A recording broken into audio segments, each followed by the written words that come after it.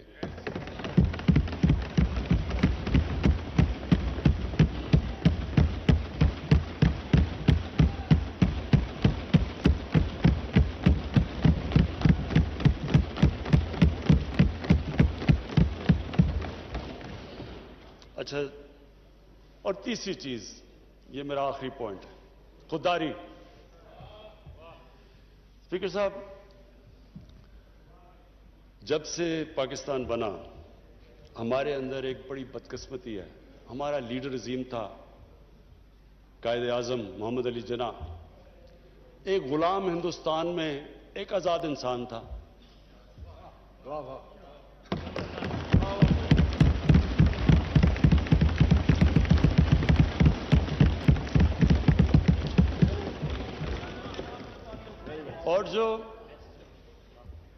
اور جو ہمارے جس کی ہم امت ہے, میں صرف ایک چھوٹی سی چیز نریٹ کرنا چاہتا ہوں. یہ بڑا امپورٹنٹ ہے سمجھنے کے لیے کہ یہ کتنی بڑی خواب تھی پاکستان. یہ ہمیں سمجھنا چاہیے کہ ہمارا مقام کیا تھا, ہم نے کیا بننا تھا. اسپیکر صاحب, جب مدینہ پہنچے, مدینہ میں پہلی 625 میں پہلی جنگ بدر ہوئی, 313 لڑنے والے, مشکل سے سروائیو کیا جنگ احد اور جنگ خندق میں. اس کے بعد 628 اور 629 دو خط لکھے انہوں نے. ایک بیزنٹائن ایمپائر کا جو سیزر تھا اس وقت ہرکلیس, اس کو لکھا. دوسرا جو پرشین ایمپائر اگلے سال لکھا جو کہ پرشین ایمپرر تھا. دو سپر پاورز تھی. انہوں نے کہا کہ میں اللہ کا پیغام لے کے آیا ہوں, اگر آپ اس پیغام پہ چلیں گے یہ آپ کی بہتری ہے. آپ سوچیں کہ ایک چھوٹا سا جن کی حیثیت ہی کوئی نہیں, انہوں نے کیا ہمارے لیے کیا اس سے سبق ہے کہ لا الہ الا اللہ, اللہ کے سوا کوئی خدا نہیں ہے.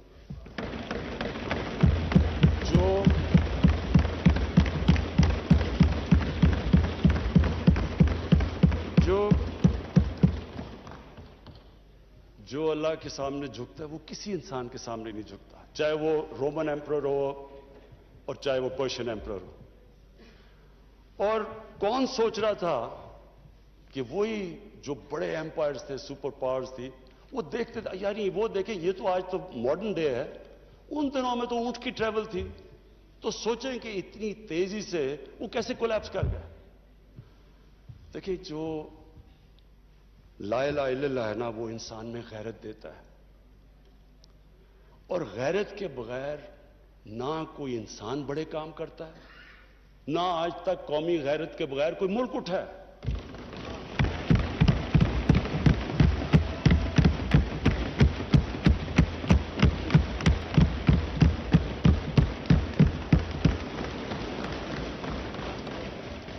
اسپیکر صاحب, میں آج جو ایک پیریڈ, میں تب ادھر بیٹھتا تھا اسمبلی میں, ان لوگوں کے ساتھ ہی میں ہوتا تھا ادھر, اپوزیشن میں تب پیپلز پارٹی بھی ہوتی تھی وہاں میرے ساتھ.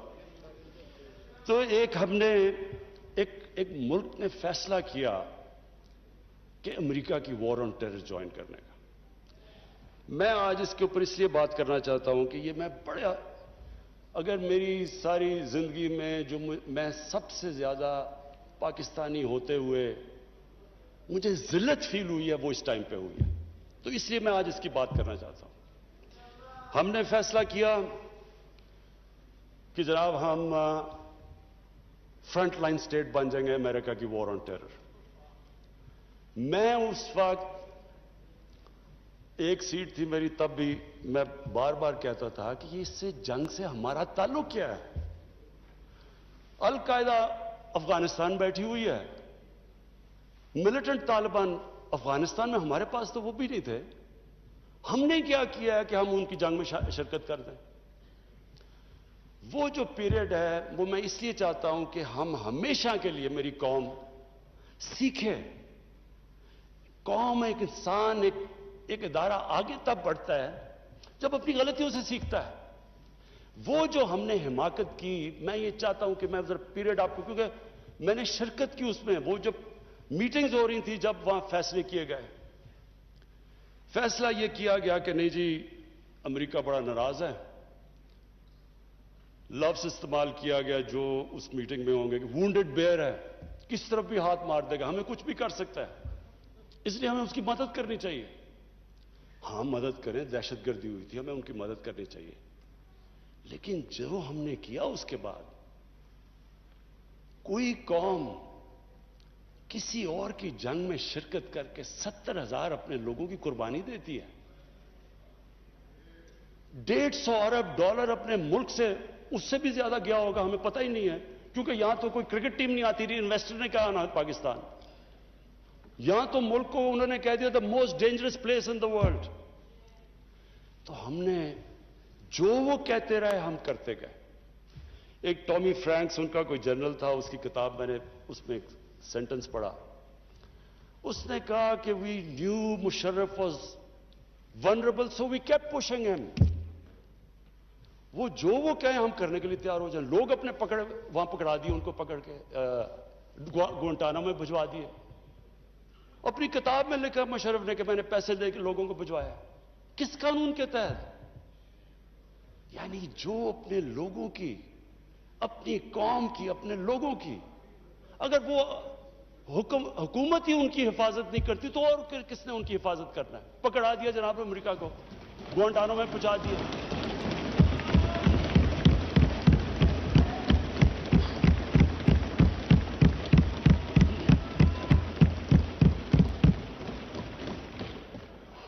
اور یہاں رکی نہیں بات. قبائلی علاقے میں جی وہاں تورا بورا کے بعد ان کے تھوڑے سے القاعدہ آ گیا.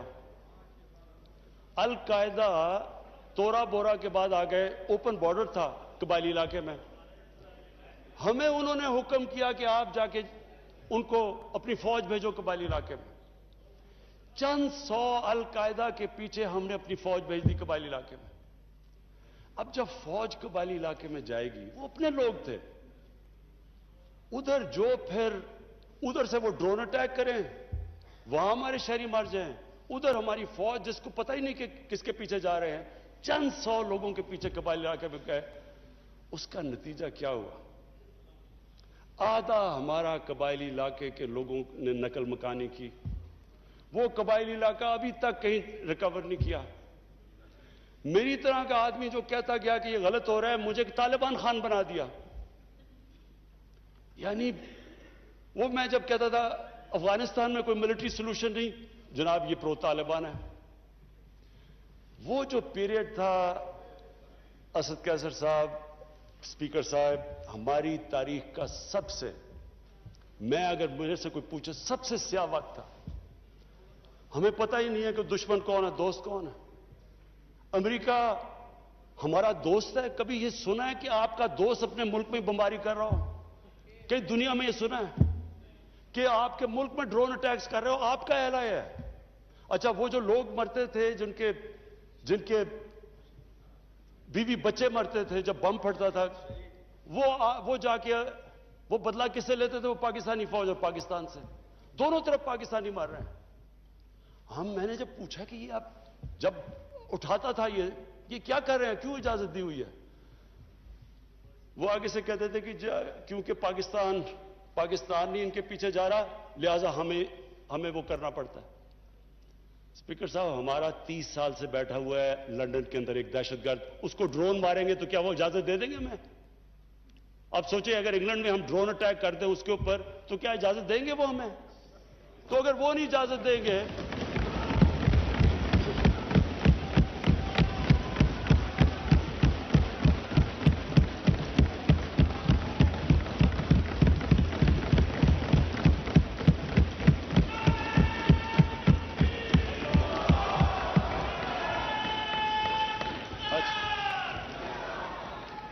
اسپیکر صاحب اگر وہ اجازت نہیں دیں گے تو ہم نے کیوں اجازت دی؟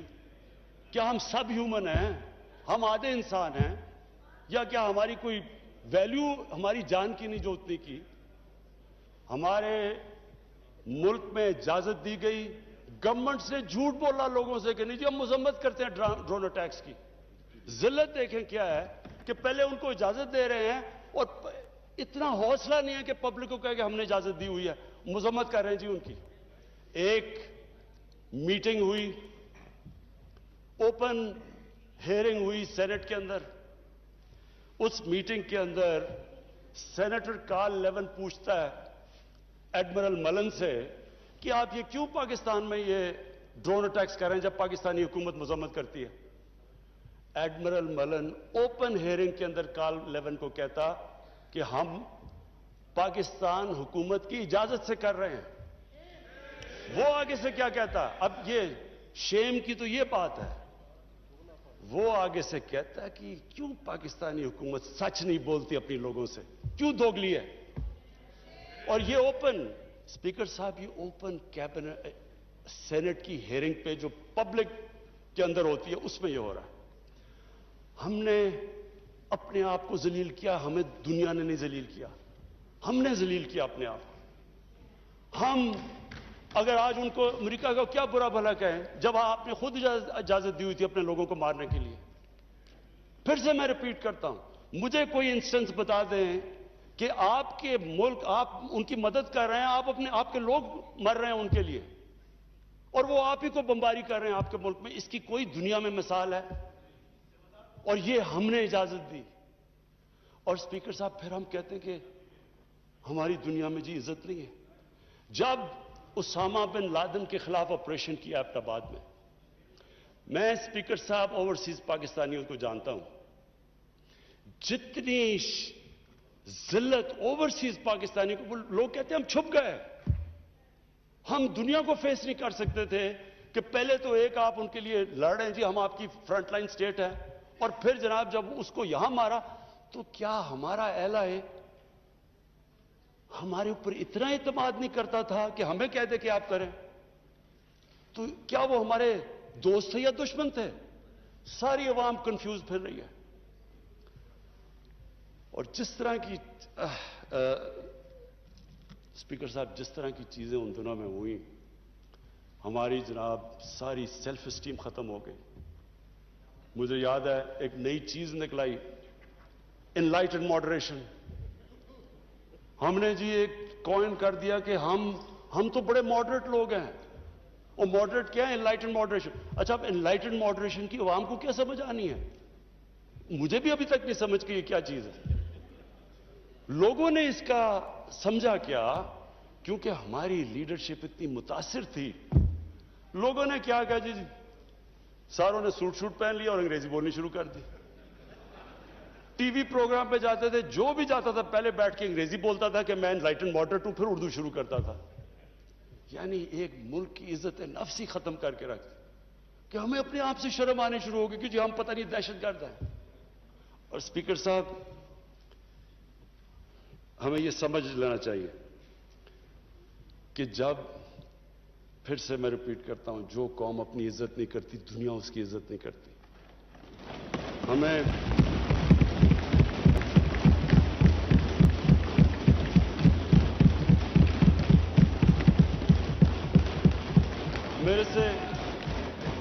میرے سے پوچھا گیا جی کہ آپ پاکستان بیسز دے گا امریکہ کو.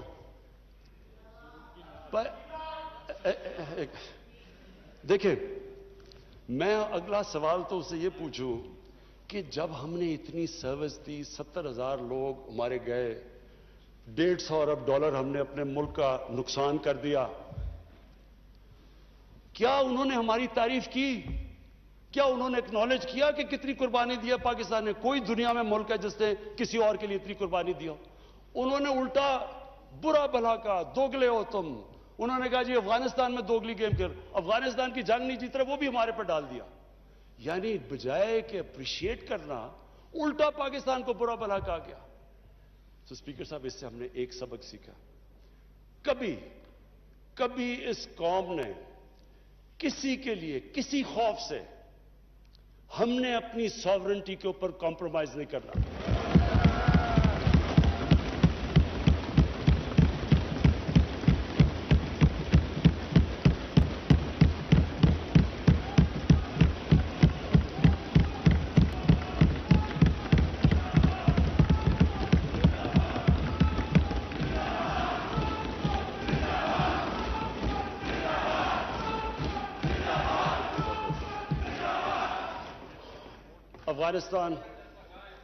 افغانستان یہ واقعی ہمارے لیے ایک بڑا مشکل اب وقت آ رہا ہے. میں اپنی ساری قوم کے سامنے یہ چیز کہنا چاہتا ہوں، ہم نے جتنی اور اب یہ بھی میں کہہ دوں کہ ہمارا جو ہمارا اور امریکہ کا اس وقت انٹرسٹ ہے وہ ایک ہی افغانستان میں. وہ بھی شکر ہے اتنی دیر کے بعد اس نتیجے پہ آ گئے ہیں کہ افغانستان میں ملٹری سلوشن نہیں ہے. جلدی آ جاتے تو شاید اتنا زیادہ خون نہ ہوتا. شکر ہے آپ آ گئے ہیں. لیکن ہم تو اس سے پہلے ہمیں اس چیز پہ آ جانا چاہیے تھا، کیونکہ ہم تو جانتے ہیں افغانیوں کو، ہمارے بھائی ہیں، ہمیں ان کی تاریخ پتہ ہے.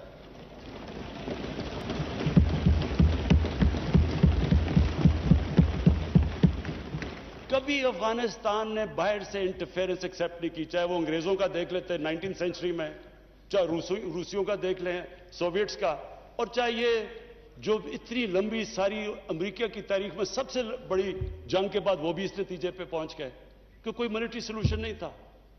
ہمیں اگر ہم پرو ایکٹیو ہوتے، ہم اس وقت ایک خوددار حکومت کھڑی ہو کے کہتی کہ یہ آپ بالکل غلط کر رہے ہیں، اگر ہم کرتے ہم ان کو بچا لیتے، ادھر سے بھی خون کو بچا لیتے جو ہوا ہے وہاں افغانیوں کا، اور دوسری طرف ان کو بھی ایک بہتر ٹائم پہ یہ نکل سکتے تھے. اب ہوا کیا ہے کہ انہوں نے جب فیصلہ کیا کہ جی کوئی ملٹری سلوشن نہیں ہے، ایگزٹ ڈیٹ دے دی کہ ہم جا رہے ہیں. اب جب وہ جا رہے ہیں تو پاکستان کو کہہ رہے ہیں کہ جی کسی طرح آپ ان کو ٹیبل پہ لے آؤ. ہمارے پاس کیا لیوریج ہے ان کو ٹیبل پہ لائیں سوائے کہ ان کے کوئی خاندان یہاں بسے ہوئے ہیں؟ کیا ان کے خاندانوں کو پکڑ کے جیلوں میں ڈال دیں؟ کیا کرے؟ اور پاکستان تو صرف ان کو کہہ سکتا ہے نا کہ ملٹری سلوشن کے اوپر اگر آپ جائیں گے تو وہاں سول وار لمبی ہو جائے گی طالبان کو، اور سول وار لمبی ہوگی، افغانستان کی بھی تباہی ہے، اور پاکستان اس کے بعد وہ ملک ہے جس کو نقصان ہوگا. لیکن اس کے بعد جب وہ ڈیٹ دے چکے ہیں، اس سے زیادہ ہم لیوریج کیا کریں؟ اور مجھے بڑا افسوس ہوتا ہے، میں پریزیڈنٹ غنی کو بھی ملا ہوں، میں ان کے افغانستان بھی گیا، ان کے یہاں بھی لیڈرز کو ملا. میں ان کو سمجھا کے یہ کہہ چکا ہوں کہ ہمارا انٹرسٹ ہے افغانستان میں اس وقت امن ہو. ہم آگے اکانومی کا سوچ رہے ہیں, ہم سینٹرل ایشیا کا سوچ رہے ہیں, ہماری ریجنل ہماری ٹائز ہیں تاجکستان کے ساتھ, ازبیکستان کے ساتھ, ریلوے ہم بن رہے ہیں, ہم تو آگے کا سوچ رہے ہیں. تو ہم تو چاہتے ہیں امن ہو, ہم نہ کوئی اسٹریٹجک ڈیپتھ چاہتے ہیں افغانستان میں.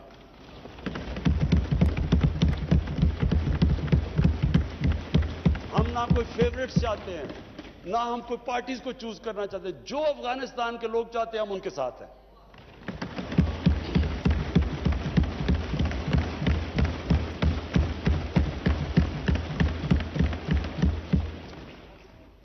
تو ہم پارٹنرز ان پیس تو امریکہ کے ساتھ ہو سکتے ہیں اور ہمیشہ رہیں گے, ہم پارٹنرز ان کانفلکٹ نہیں ہو سکتے.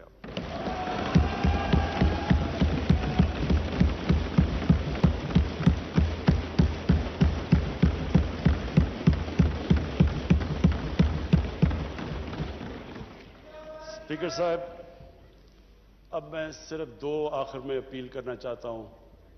ایک تو اپنے اوورسیز پاکستانیز کو, سب سے پہلے تو ان کا شکریہ ادا کرنا چاہتا ہوں کہ جس طرح انہوں نے ریمیٹنسز, ریکارڈ ریمیٹنسز پاکستان میں بھیجی. آج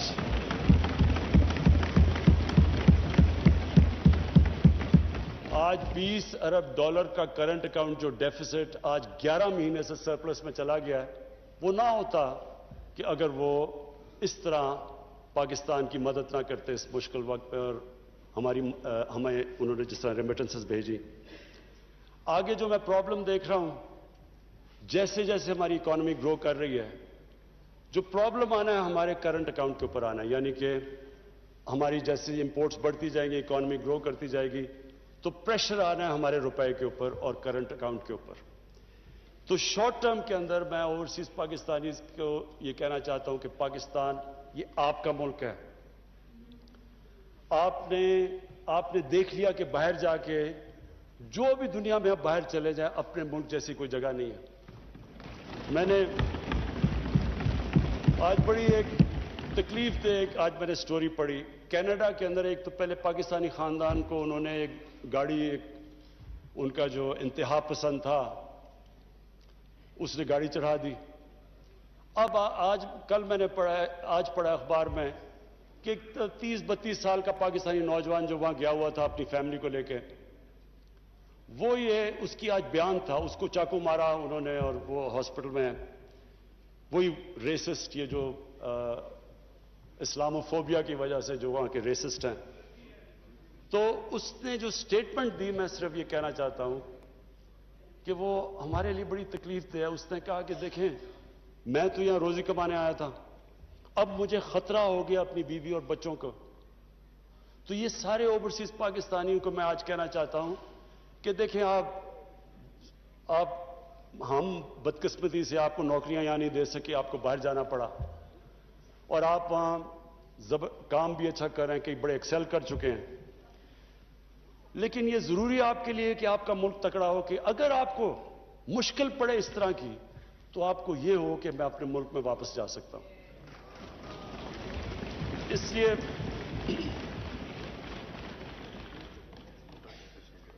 کاشف اس لڑکے کا نام تھا. تو میں یہ چاہتا ہوں کہ ہمارے اوورسیز, اب ہم پاکستان صحیح راستے پہ نکلا ہوا ہے. میں چاہتا ہوں کہ آپ پوری طرح اس ملک کی اس میں انویسٹ کریں, بزنسز کھولیں. ہم اب پوری طرح, میں خود لیڈ کر رہا ہوں کہ ہم ہر قسم کی رکاوٹیں دور کریں آپ کے لیے, ریگولیشنز کام کریں, ایز آف ڈوئنگ بزنس کریں, تاکہ آپ آئیں, بینکوں میں ہمارے پیسے رکھوائیں. کیونکہ یہ جو شارٹ ٹرم ہمارا کرنٹ اکاؤنٹ کے اوپر جو پریشر پڑے گا, وہ صرف اور صرف اوورسیز پاکستانی شارٹ ٹرم میں کر سکتے ہیں. اس کے بعد فورن انویسٹمنٹ بھی ہے, ہماری ایکسپورٹس. مجھے بڑے فخر سے میں کہتا ہوں کہ جو ایکسپورٹس کے اندر اب جو اوپر گئی ہیں, تو ہم آہستہ آہستہ تو صحیح راستے پہ نکل چکے ہیں کہ ایکسپورٹ لیڈ گروتھ. لیکن تھوڑے وقت کے لیے میں اپنے اوورسیز پاکستانی کو اپیل کروں گا, اور اس کے بعد میں اپنی قوم سے, اب میں یہ میرے لیے کافی مشکل چیز ہے یہ جو میں کہنا چاہتا ہوں کہ دیکھیں, جب ایک ملک کا سربراہ باہر جا کے دوسرے ملکوں میں ملک کے لیے قرضے یا پیسے لینا چاہتا ہے. یہ میری 3 سال میں 2 مہینے کم جو ابھی پیریڈ گزرا ہے سب سے مشکل پیریڈ ہوتا ہے کہ آپ لوگوں سے جا کے قرضے مانگ رہے ہیں, پیسے مانگ رہے ہیں ملک کے لیے. یہ چلے میرے لیے تو ہے مشکل, لیکن یہ قوم نیچے جاتی ہے. جس قوم کا لیڈر جا کے پیسے مانگ رہے ہیں وہ قوم کی کیا حیثیت ہے؟ تو میں اپنے لوگوں سے کہنا چاہتا ہوں کہ دیکھیں, آپ سب چاہتے ہیں کہ پاکستان عظیم قوم ہو. آپ وہ لوگ ہیں جو دنیا میں 4-5 ملک ہیں جو سب سے زیادہ خیرات دیتے ہیں. یہ وہ ملک ہے, اور میں سب سے بڑا ریسیپینٹ ہوں. شوکت حرم کے لیے پیسے اکٹھے کرتا ہوں, نمل یونیورسٹی کے لیے پیسے اکٹھے کرتا ہوں, 2 ہاسپٹل بن چکے, تیسرا کراچی میں سب سے بڑا ہاسپٹل, سب کے لیے پیسے دیتے ہیں. اتنے کھلے دل کے لوگ نہیں ہیں دنیا میں جتنے یہ ہیں.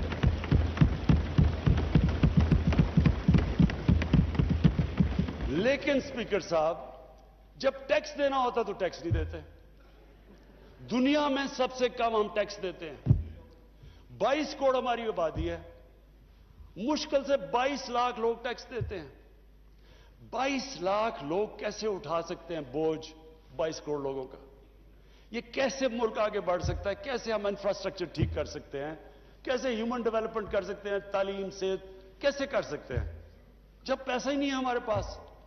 ابھی میرے سارے ایم این ایز باری باری میرے پاس آئے پروجیکٹس لے کے, کم از کم کو 500 ارب روپے کے پروجیکٹس مجھے دے دیے, جی یہ بھی بنا دو وہ بھی بنا دو. تو کیسے بنائیں جب پیسے نہیں ہیں آپ کے پاس؟ اور پیسے تب آئیں گے جب آپ ٹیکس دیں گے یہ لوگ. میں اپنی طرف سے سب کو یہ اشور کرتا ہوں کہ پورا زور لگا رہے ہیں ہم کہ اپنے اوپر ہم خرچے نہ کریں. پرائم منسٹر ہاؤس کے اندر کتنا ہم نے, اور ہاؤس اور اس میں 108 کروڑ روپیہ 3 سالوں میں ہم نے اپنا ایکسپینس کم کیا ہے. فیڈرل گورنمنٹ نے کیا. 2 سال میں پاکستانی فوج نے اپنا بجٹ فریز کر دیا. ہم نے پوری کوشش کی ہے آسٹیرٹی کی, لیکن اب قوم کو سامنے آنا پڑے گا. اگر ہم نے خوددار قوم بننا ہے ہمیں ٹیکس دینا پڑے گا. اس کو جس طرح آپ اس کو زکوٰۃ کو سمجھتے ہیں, جس کھلے دل سے زکوٰۃ دیتے ہیں, خیرات دیتے ہیں, تو ٹیکس, یہ میں اس لیے یہ کہہ رہا ہوں آج کیونکہ ہم اب پورا, میں یہ آج کہنا چاہتا ہوں کہ ہم نے پوری چھوٹ دی ہے بزنسز کو. مجھے اتنا بھی پتا ہے کئی بزنس نے اتنا پیسہ بنایا جتنا کبھی نہیں. خود مجھے بزنس مین نے کہا کہ ہمارا کبھی اتنا پیسہ نہیں بنا. تو یہ ضروری ہے, سب بزنسز سب کو کہتا ہوں کہ آپ کو کنٹریبیوٹ کرنا چاہیے. پیسے دیانتداری سے پیسے دینے چاہیے. ہمارا کام ہے کہ ہم ایف بی آر کو ٹھیک کریں گے کہ ایف بی آر میں ہراسمنٹ کا جو ایشو ہے آٹومیشن لے کے آ رہے ہیں انشاءاللہ تاکہ انسانوں کا کانٹیکٹ نہ ہو. لیکن عوام کا بھی آپ کا کام ہے کہ اگر آپ دنیا میں خودداری سے پھرنا چاہتے ہیں, ہر پاسپورٹ کی دنیا میں عزت چاہتے ہیں, تو آپ کو اب اس طرح ٹیکس دینا پڑے گا جس طرح اسکینڈینیویا کے لوگ دیتے ہیں, جو کہ آج خوشحال معاشرہ ہے. خوشحال معاشرہ تب تک نہیں ہوگا جب تک ہم دیانتداری سے ٹیکس نہیں دیں گے. تو میری اپیل ہے آج سب کو کہ ہمارا ٹارگٹ سٹف ہے. ہم نے تقریباً 6,000 ارب روپیہ اکٹھا کرنا ہے ٹیکسز میں, 5,800 ارب روپیہ ہم نے اکٹھا کرنا ہے جو ہمارا ٹارگٹ ہے. اس کے اوپر ہم یہ جو نیا ہم نے اب فیصلہ کیا ہے کہ جس طرح امریکہ کے اندر ٹیکس فراڈ کا مطلب جیل, ٹیکس فراڈ کیا آپ جیل میں گئے. یہاں ہم کرنے لگے تھے لیکن ہمیں آیا کہ جی ایف بی آر کو لوگوں کو اعتماد نہیں. اب فائنانس منسٹر کے نیچے کمیٹی بنے گی, جو ولفل ٹیکس ڈیفالٹ ہوگا ہم اس کو جیل میں ڈال دیں گے. کیونکہ اگر ہم نے یہ نہ پیسہ اکٹھا کیا, ابھی بھی ہم آئی ایم ایف پروگرام میں ہیں, انہوں نے اس کے بعد ہمیں کہنا ہے کہ جی اس کے اوپر ٹیکس لگاؤ اور جی ایس ٹی لگاؤ اور چیزوں کے اوپر اور کھانے, تو لوگ تکلیف میں جائیں گے. تو لوگوں کے آپ سب کے انٹرسٹ میں ہے کہ اگر ہم سارے لوگ تھوڑا تھوڑا ٹیکس دے دیں گے تو ہمارا ٹارگٹ پورا ہو جائے گا اور پھر ہمیں لوگوں کے اوپر مشکلیں نہیں ڈالنی پڑیں گی. آخر میں بس اسپیکر صاحب میں اپنی کنکلوڈ کرتا ہوں تقریر کہ ہمارا ایک ایشو ہے پاکستان کا جو کشمیریوں کے ساتھ جو ظلم ہے اس وقت ہندوستان کی حکومت ظلم کر رہی ہے. میں آج اس کے اس لیے ذرا بات کرنا چاہتا ہوں کہ 5 اگست اس سے پہلے بھی کشمیریوں کے اوپر ہندوستان کی حکومت ظلم کر رہی تھی. پیلٹ گنز کا استعمال، لوگوں کو اٹھا لینا، ان کو ایک ایسا ٹریٹ کرنا جیسے جب سے یہ بی جے پی کی حکومت آئی ہے، یہ جو RSS کا ایجنڈا ہے ان کو ہر قسم کی تکلیف میں تھا. لیکن 5 اگست کے بعد ظلم کی انتہا ہو گئی. تو میں آج اس پلیٹ فارم سے اس لیے ان کا نام لینا چاہتا ہوں کہ انہوں نے بڑی قربانیاں دی. میں ان کے جذبے کو سلام پیش کرنا چاہتا ہوں اپنی ساری قوم کی طرف سے.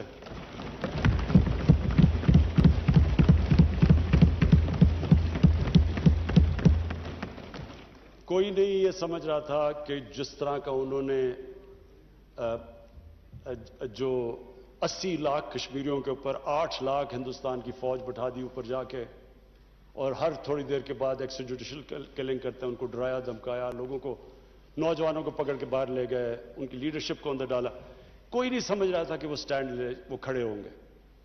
تو آج اس ہال سے میں کہنا چاہتا ہوں کہ سارا پاکستان ان کشمیر، ان دلیر کشمیریوں، ان کی خاص طور پہ خواتین جس طرح وہ کھڑی ہوتی ہیں، جس طرح وہ باہر جاتی ہیں، ڈیمونسٹریٹ کرتی ہیں، ان کے جو بچے ہیں، نوجوان ہیں، ہم سب ان کے ساتھ کھڑے ہیں.